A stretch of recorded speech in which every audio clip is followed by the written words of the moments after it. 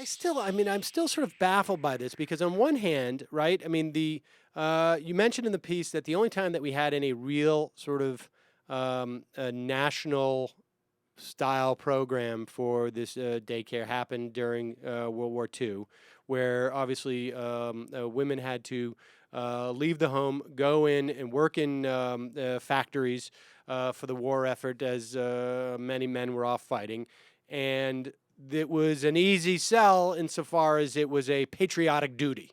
Right, I mean, we have to take care of the kids because the women have to go work, and then after the war, the entire program is basically scrapped because now it's time for the women to get back into the home. Obviously, you mentioned that things have changed dramatically in the last 30, I guess now 40 years in terms of women in the workforce, but there just seems to be a tremendous vacuum in talking about this, and it just seems so important. And then I just can't reconcile how it is that Georgia happens to be the state that addresses it. Yeah, no, I mean, look, I don't, I'll go. The lack of attention to this international issue, it shocks me. And one sign of it is, like I said, how little information we even have on this. I mean, if we cared about this, surely we'd be studying it a little more closely. Another sign, and this is very anecdotal, but I think it's kind of telling. I went back for my research. I looked at the archives of Time Magazine and Newsweek, right, the two big news weeklies, and I said, how often did they put Daycare on the cover of the magazine, right? Because that's kind of a good leading indicator of what the country thinks about it. It's on the cover of Time, right? Yes, or at least a lagging indicator.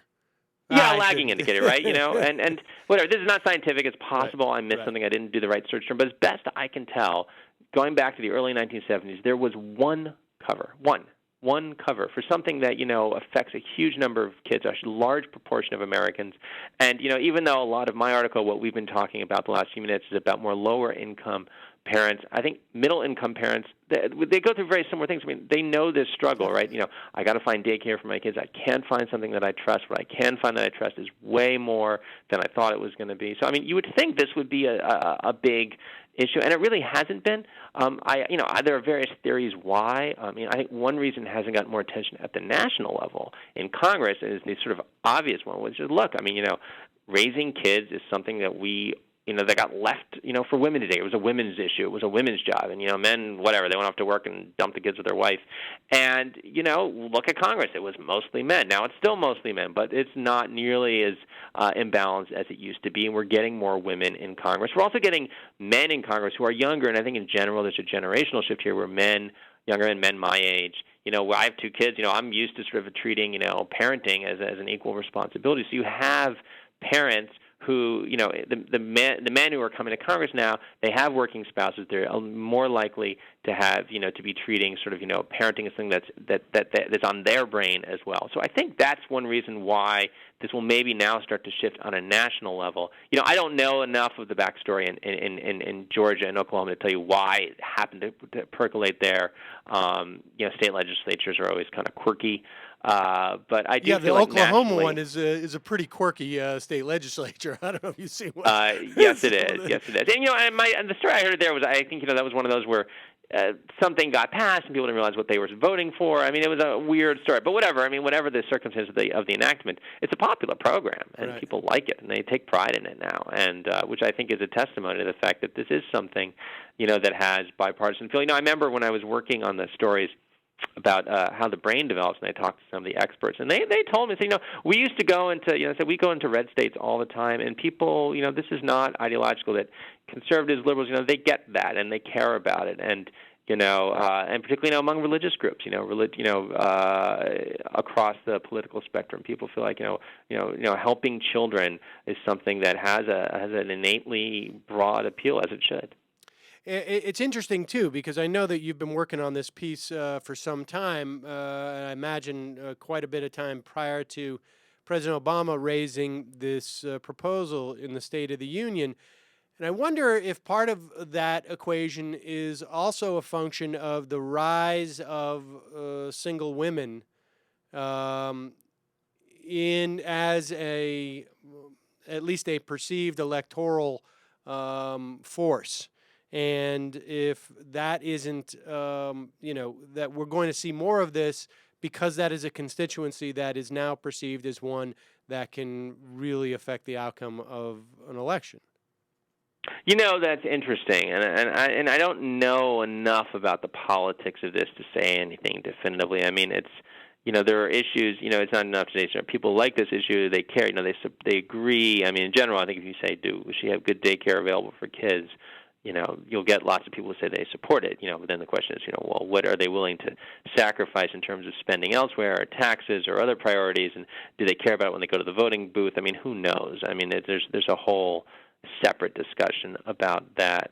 But I do feel like there's a sense. This issue has come up before in Congress. There was a bill, in the 1970s that President Nixon vetoed. In the 80s, there were some attempts to sort of organize around daycare, and it kind of ended up becoming the energies ended up being expended on family and medical leave, which they worked on, in the late 80s, early 90s, and it was teed up for when Bill Clinton became president and he signed that into law. I do feel like there's a sense that the constituency for this is growing, and that this is an issue that politicians, it's a chance for them to sort of do something that will tangibly help people who vote. So I think the long-term picture on this is that politically people see this as a winner.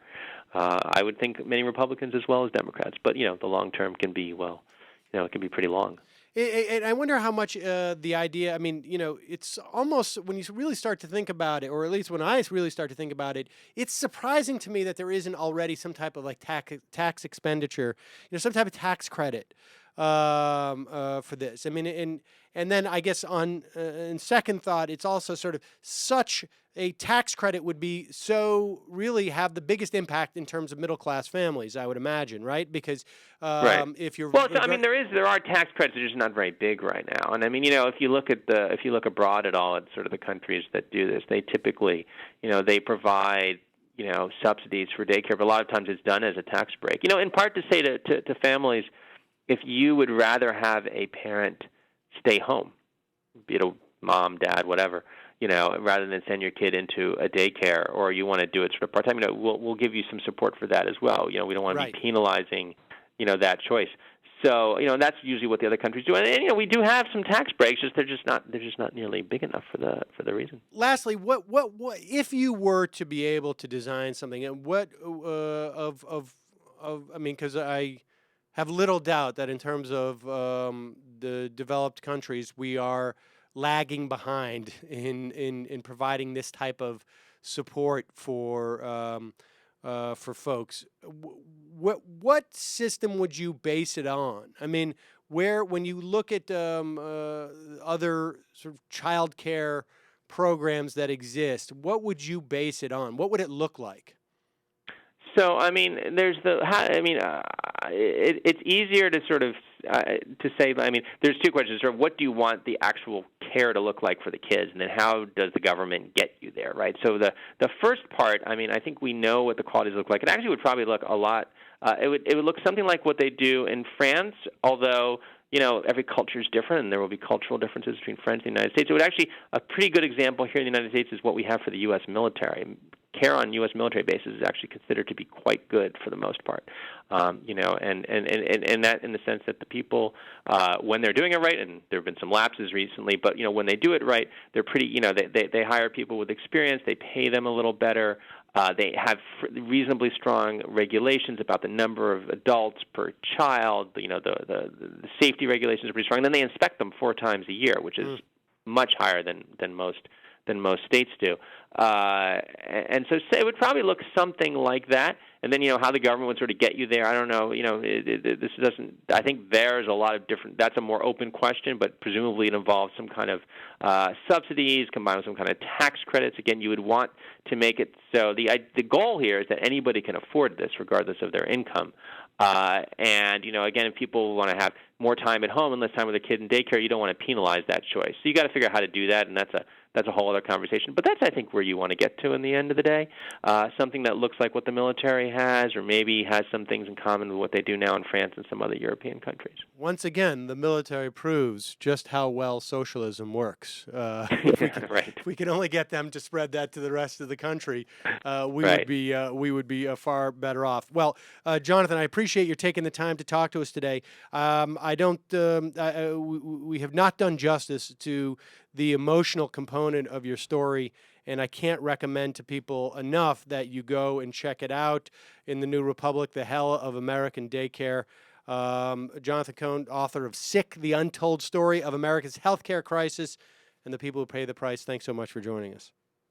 Thank you. Thanks for having me on the show and talking about this. Okay.